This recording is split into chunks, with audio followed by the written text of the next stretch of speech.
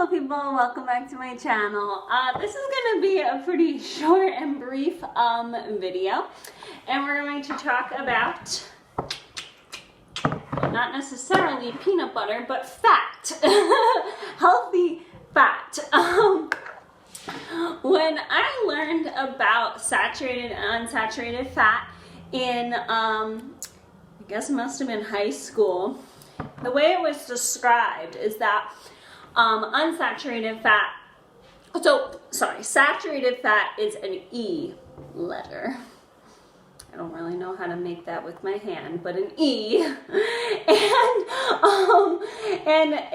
it's a full E, and then unsaturated fat is an E with holes in it. So like when you consume it, you're able to get other nutrients within the unsaturated fat cell. Whereas like saturated fat, it's already filled. Like the cell, it's already filled, so you can't necessarily add other nutrients in it. And sometimes that equates to you feeling hungry or, you know, not feeling full or satisfied. Anyway, peanut butter is one of my favorite things, especially crunchy peanut butter. I don't buy crunchy peanut butter all the time just because of price. I was fortunate that this was on sale. This bad boy was like $3, and that's like pretty darn good because at the dollar store the container is smaller than this, obviously, and 3 of them don't equivalent to this, so it was worth it.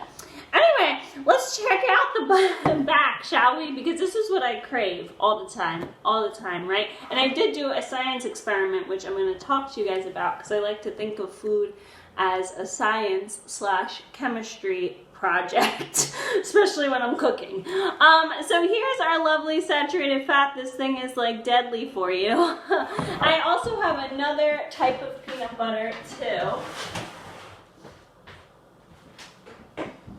It's way more expensive, but I bought it from Big Lots.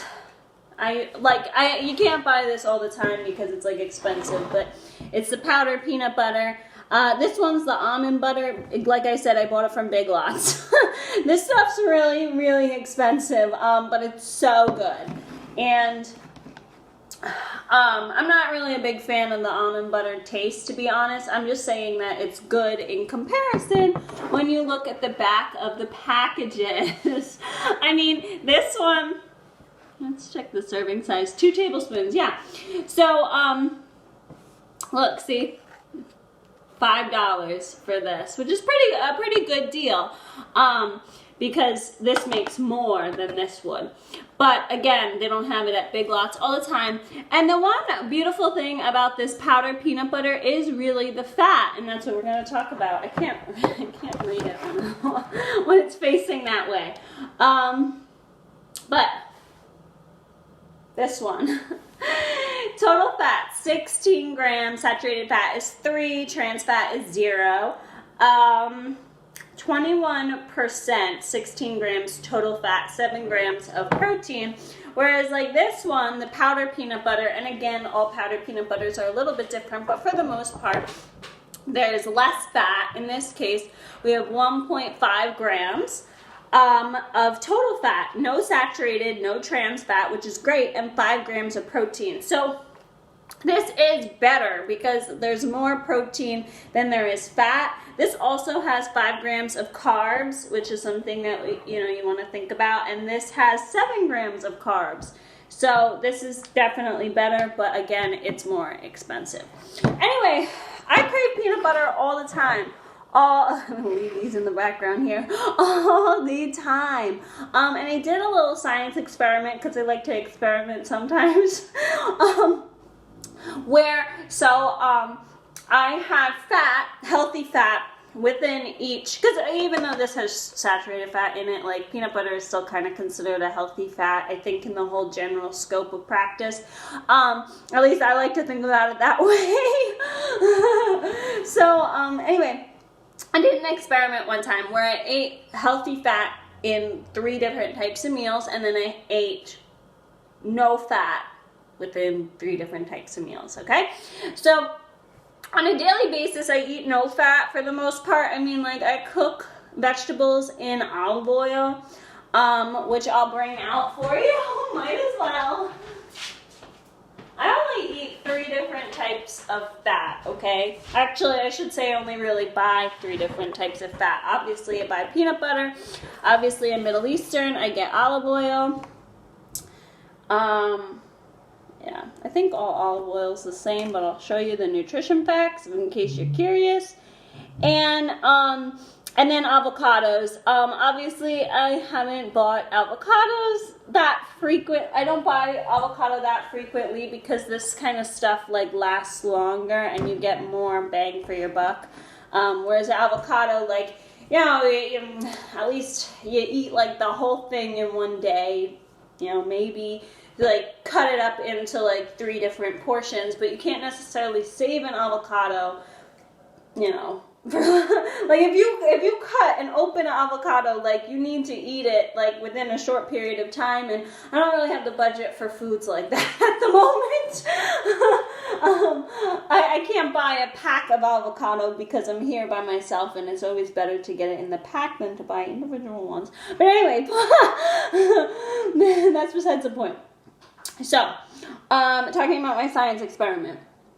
Okay, so one day I had arugula. It was an arugula salad with falafel. It was so good. And I had it for dinner, but I didn't finish the whole thing. So then for breakfast, because yes, I eat salad for breakfast, especially when I'm at my man's house, which this is what happened in this case, because I eat the leftovers like of the date the next morning for breakfast. Hashtag forever a student. But yeah, so for breakfast I had this. It was arugula salad with cucumbers. I don't think they had tomatoes in it, red peppers, and falafel, and then the arugula. Oh my god, this was so good. It had it was olive oil, like good olive oil too, not this kind from Big Lots. Yeah, it was arugula, olive oil, and lemon was like kind of the dressing of the arugula. And I don't like dressing, and it was so good. So there you go. So I ate olive oil. Is actually one of those oils that you are supposed to put on dressing. Yes, I cook with olive oil, but that's because like one-stop shop. But it's really not the best oil to cook with. It's more low heat type of foods and dressings it's good for. So anyway, so that's what I had for breakfast this one day. And then for dinner, at lunch and dinner, I had Chipotle. And that's something to keep that I need to talk about, because people, when I say like I had Chipotle for lunch and dinner, people think that like I ordered Chipotle for lunch and I ordered Chipotle for dinner, but that is not what happened. So I need to explain myself. When I go to Chipotle, I get the same thing every single time, one of those, and and I get a lettuce, right? I get a salad, and then I get the tofu, and both beans and brown rice, and those peppers, and then sometimes I get corn. I don't really like corn, but sometimes I'll just get it as like a filler, you know. And which here's like you'll see why I get corn as a filler in a second. So then I always ask for guacamole on the side, or sometimes I buy an avocado from the store and I don't get there because that's more cost effective. And then I ask for extra lettuce on top, and then I don't get the chips. So usually, normally when I go to Chipotle, I get a salad, tofu, 2 types of beans, brown rice, corn, and lettuce on top. And then I go to the store and I buy like corn tortillas and avocado. One avocado, you know, because I'd much rather spend 99 cents on one avocado than chips and guac for like $3 at Chipotle. So anyway, then I come home and I split the meal up. Sometimes I split it into 3 parts, sometimes I split it into 2, but I split it. And then I put, like, I add my own lettuce, like I said, add my own avocado, add some extra vegetables like cabbage and iceberg and romaine. And anyway, so that's why the Chipotle meal acts as like the base of the meal, but then I add my own vegetables and I, you know, toast my own tortillas, and so it's not, so when I go out to eat, I'm still end up cooking in the end. But that's what happens, and that's why I can have, that's what happens when I have Chipotle for dinner, for lunch and dinner. It's, I bought it, and I added to it, and I created 2 or 3 separate meals. It depends on, you know, sometimes they're stingy at Chipotle, sometimes they're not. So it just depends on how they're feeling, I guess. That's why the corn really depends on how stingy the meal is. So anyway, yeah, so there you go. And then in that case, I had olive oil for breakfast. With breakfast, that was the fat, and I had protein because I had falafel, right, and vegetables. Then again, beans. If you ever have beans and tofu in the same meal, it's like, wow, my body is not ready to handle this. It should be something that I get in the habit of doing, but I don't have money for stuff like that. Then, and then with Chipotle, obviously there's like sugar and extra fat because like I ordered it out. But then, you know, I'm having the avocado, right? Half an avocado. And then again, for dinner, same thing. There's like fat and stuff. And, you know, there's sodium in all these meals because I ordered out. But eating that way was the one and only time I didn't crave Chipotle. One and only time I didn't crave peanut butter. On a typical day, like I said, I'll cook. Sometimes I pan fry my cabbage like with olive oil, but for the most part I put it in the crock pot because it's just easier that way. Lentils, yet again, in the crock pot. Potatoes, crock pot or microwave. Corn tortillas, toaster oven. You know, or I have a convection oven, so I put everything in there. And on a typical day when I'm eating at home, I don't have fat in any of my meals. I don't know, it's just the way when I make it just doesn't, I don't know, I just like don't put it in there, you know. But I think after my experiment I will start putting it in there so that way I don't go binge and eat this stuff. But I don't know, I think the moral of the story here for me personally, because I'm whole food, plant-based, and this is the point I'm trying to make. When you're whole food, plant-based, it's very easy to undereat.